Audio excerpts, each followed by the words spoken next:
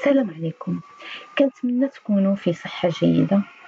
مرحبا بكم في قضية جديدة على القناة.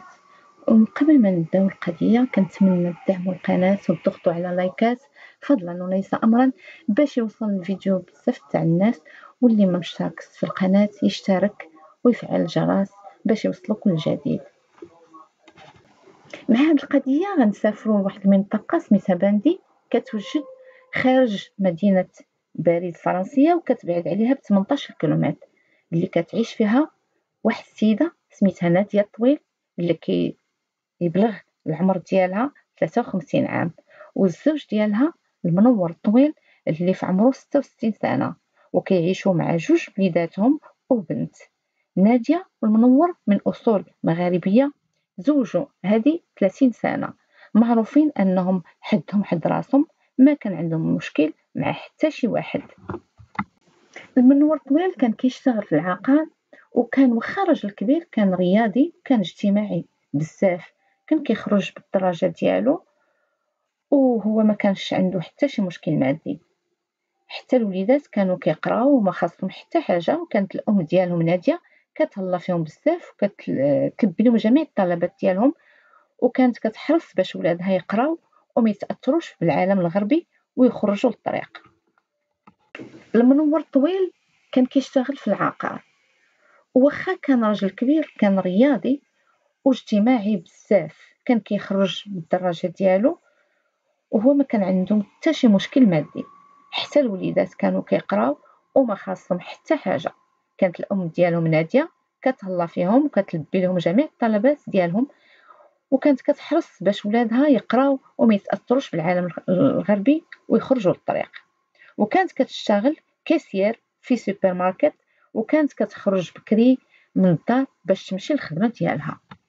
نهار 30 ديسمبر 2012 خرجت نادية الطويل الخدمة ديالها كالعادة مع ديك الخمسة الا ربع ديال الصباح، مشات لاكار كالعادة، ومع الخمسة وسبعة دقائق في الشارع قريب من لاكار واحد السيد سمع الغوات تاع واحد السيدة، وملي طل شاف السيدة طايحة تحت الشرجم ديالو، كانت طايحة فوق التروطوار وغارقة في الدم، وكانت الملامح ديالها ما كتبانش حيت الوجه ديالها كان منفوخ ومشوه. السيد اتصل بالإسعاف وبلغ البوليس. الناس اللي كانوا في الشارع عرفوا أن السيدة باقية حية.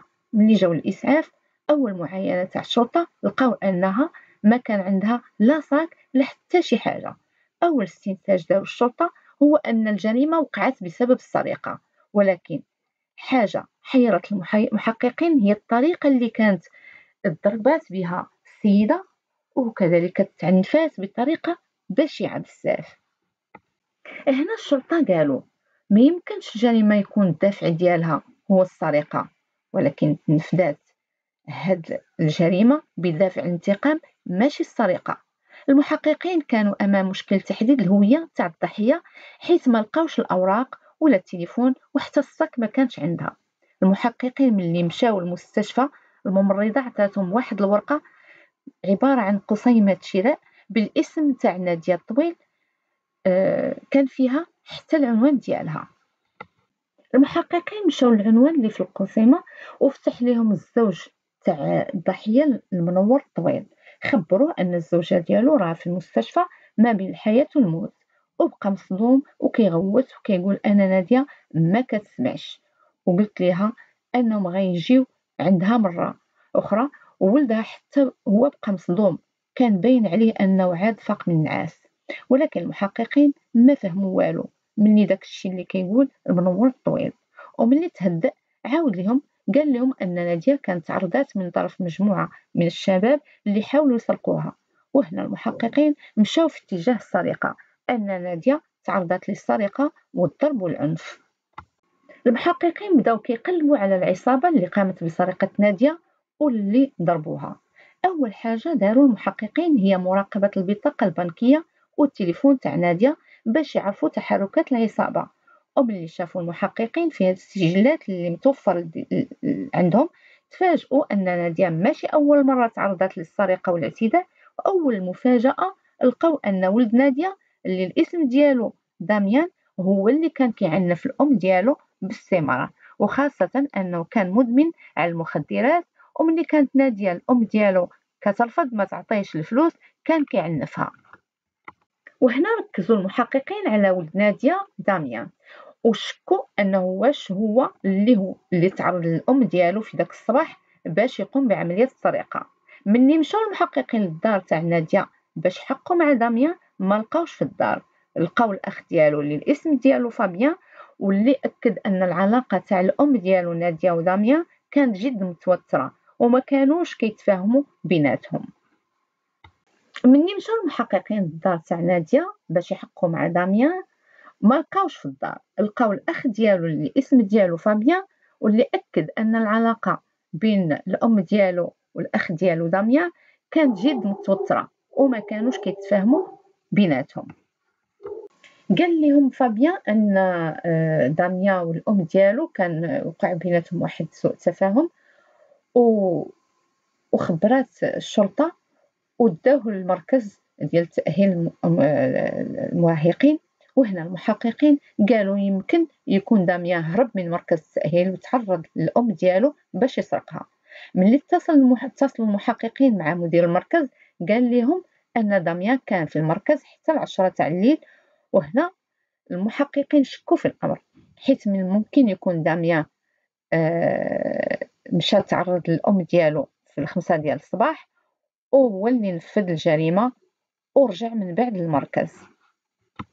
البطاقة البنكية والتليفون ما تسجلات فيهم حتى عملية سحب أو تحرك في التليفون. من بعد قرروا المحققين باش يمشيو للشارع اللي وقع فيه الحادث والاعتداء على نادية، ولكن حتى شي واحد ما شاف أو شهد على الواقعة من غير السيد اللي سمع الغوات تاع نادية وبلغ البوليس على الحادث.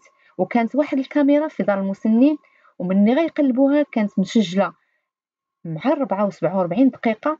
الشارع كان خاوي ما فيه حتى شي واحد، كانت غير نادية كتمشي فوق التروطوار وكتمشي بالزربه.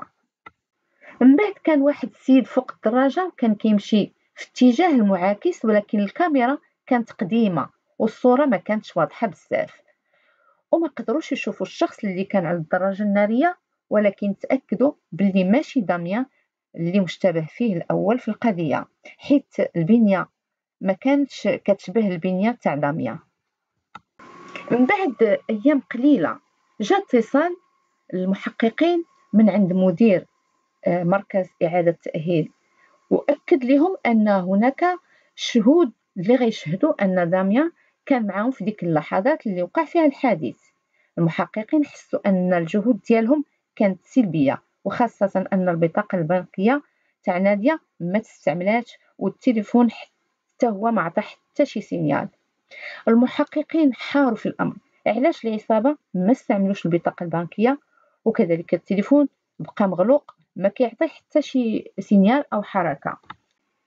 مسرح الجريمة ما لقاو فيه حتى شي أدلة، بصمات ADN وحتى شي بيس اللي غتمكن توصلهم المجرم. نادية كانت مازال في الكوما والحالة ديالها كانت ميؤوس منها وما كتبشرش بالخير، وهذا الشيء اللي أكدوا الأطباء للزوج وولادها. الطبيب أكد للمحققين أن نادية كانت ضربات بواحد الآلة كبيرة بحال شي مقدة أو شاقور. الطبيب أكد أن نادية تعرضت بزاف الضربات على مستوى الرأس، وكان الشخص اللي قام بالجريمة كان النية ديالو يصفيها لها. المحققين غيفكروا في الزوج ديال نادية ويغيبداو يشكوا فيه، وخاصة أنه كيأكد وباش يبعد الشبهة عليه أن العصابة هي اللي ضربتها بدافع السرقة. هنا المحققين غيقرروا يقلبوا في الحياة الخاصة تاع نادية وخاصة تاع الزوج ديالها المنور. مني قلبوا في الحياة الخاصة ديالو عرفوا أنه كان كيعنف نادية لمدة 30 سنة، ولقاو في السجل العدلي ديالو أنه كان تحكم في واحد القضية قتل سنة 1981 وتحكم عليه ب20 سنة سجن بسبب جريمة قتل مع سبق الإصرار والترصد. كان قتل واحد الفرنسي الاسم ديالو جان كلود، كان مثلي أو شاذ جنسيا، وكان ديك الساعة منور عنده 27 عام، وكان ساكن مع جان كلود لمدة 13 عام. ومن بعد تلاقى مع نادية، وهذا الشيء أثار غضب جان كلود اللي كان خدام في واحد الشركة تاع الأزياء، وكان هو اللي كيصرف على المنور. في 13 أبريل 1981 جان كلود اختفى تماما، وفي شهر جوان 1981 منور تزوج مع نادية، وفي شهر سبتمبر 1981 تلقات الجثة تاع جان كلود مقطع الأطراف ولكن بدون رأس ومرمية. واحد المراهقين كانوا كيلعبوا الكرة، وملي جاو يجبدوا الكرة لقاو راس مرمي في القادوس.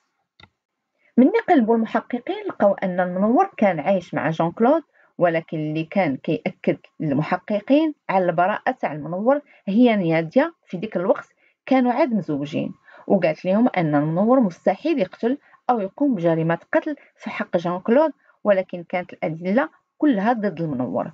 اتحكم على المنور ب20 عام ديال الحبس، ومن بعد 13 عام خرج المنور من الحبس، ولقى نادية هي في جنبه باش تكمل الحياة الزوجية معاه. في 1994 تزاد عند نادية والمنور أول مولود عندهم هو فابيان، ومن بعد جات بنتهم فاني، ومن بعد ولدوا داميان سنة 1997. منور ولات عنده بلية جديدة هي القمر، كان تأكد أنه شي نهار غيحقق الحلم من حياته وغيربح. وفعلا واحد النهار كان منور جالس في دارو وفاز ب434 ألف أورو، الجائزة الكبيرة، وكان مهلي في مراته في ولاده وشرى لهم الدار، ولكن ولا كيعنف نادية وولاده. الجو العائلي في الدار كان متوتر على حساب شهادة فاني، وكانت الأم ديالها كتنعس في الكوزينة، ولكن نادية كانت صابرة مع رجلها المنور، وخا كانت متأكدة أن المنور كان كيخونها، وهذا الشيء هو أكدوا لها بنفسه. كان دائما كيهددها وكانت طلبت الطلاق، ولكن المنور ما كانش موافق، حيث القانون الفرنسي كيعطي نص الأملاك تاع الزوج للمرأة ويخلي لها الدار. المنور ما كانش باغي هذا الشيء، وما كانش قابل الطلاق. المحققين غيركزوا مزيان مع المنور باش يجمعوا عليه الأدلة من قبل ما يلقيو عليه القبض.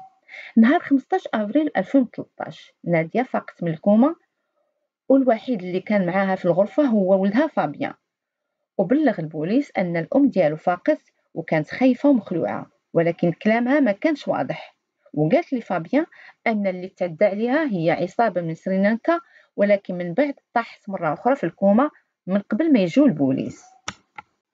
المحققين مشاو للحومة فين ساكنين المجموعة تاع السريلانكيين، والبوليس قدروا يشدوا كاع هادوك اللي كان مشكوك فيهم، وخاصة أن السريلانكيين ما كانوش بزاف في المنطقة. كان المحققين كيقارنوا أي واحد شدوه مع الشخص اللي كان مسجل في الكاميرات المراقبة. المحققين بداو كيفتشوا في التليفون تاع المنور، وهذاك النهار فاش وقع فيه الحادث المنور كان عنده في التليفون واحد اتصال مع واحد شوافة سميتها بريجيت، وكان المنور عزيز عليه عالم السحر والشعوذة. ملي مشاو عندها المحققين قالت لهم أن المنور كان دائما كيتصل بها، وكان مهووس بالمرأة ديالو، وكان دائما كيسولها واش مراته غتموت مقتولة أو بشي مرض، وكان دائما كينتظر الموت تاع مراته نادية. قالت الشوافة المنور أن مراته نادية باقي العمر ديالها طويل، وكان المنور دائما كيتعصب ملي كتقول ليه هذا الشيء، وأن نادية مازال عمرها طويل. منور داك النهار تاع الجريمة مع 6 الصباح اتصل بريجيت الشوافة وسولها تشوف ليه واش مراته غتموت أو لا. المحققين غيقرروا يقلبوا في الدار تاع المنور باش يلقاو شي دليل ضده، ولكن ما لقاو والو.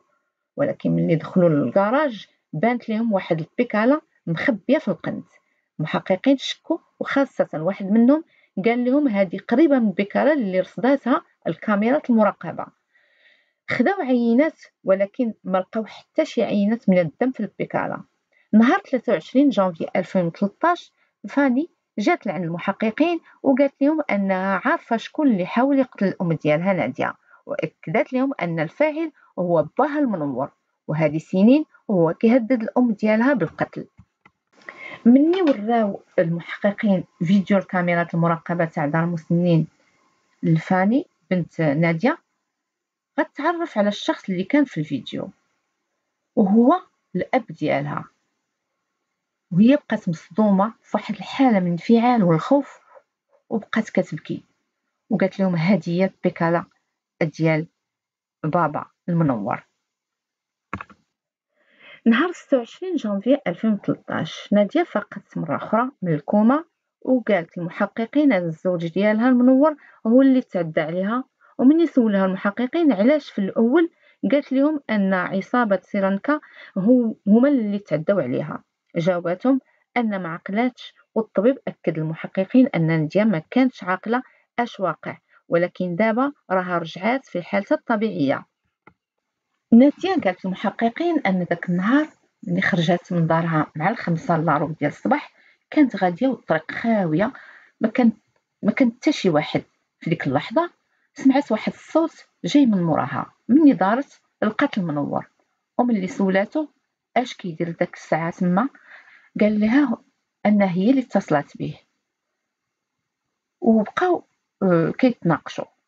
ومن بعد خرج منور واحد الشاقور من تحت حوايجو وضربها على راسها، وملي اكتشفت نادية الدم حاولت تهرب ودقات على واحد الدار باش يعتقوها، ومني قربات حدا الباب ضربها بضربة قوية، ومن بعد ما عقلاش على حتى شي حاجة. تلقى القبض على المنور وبداو المحققين مباشرة في التحقيق مع المنور اللي كان داهية في الإجرام من الدرجة الأولى. تبع نادية في الصباح وضربها بالمقدة اللي كلشي كان ناعس من ولادو، ورجع للدار بحال حتى شي حاجة ما كاينة وعاود لبس بيجامته. منور بقى مصر على البراءة ديالو ودوز 3 سنين في السجن الاحتياطي، وقال لهم ما عرفتش علاش بنتي ومراتي كيتهموني بالجريمة، أنا ما تعديتش على نادية. تحكم عليه ب30 سنة سجن من بعد عدة جلسات، واستأنف القضية وتحكم عليه بالمؤبد. قضيتنا ديال اليوم تسالات، وغنخليكم في أمان الله، ونتلاقاو في قضية أخرى إن شاء الله. بالسلامة.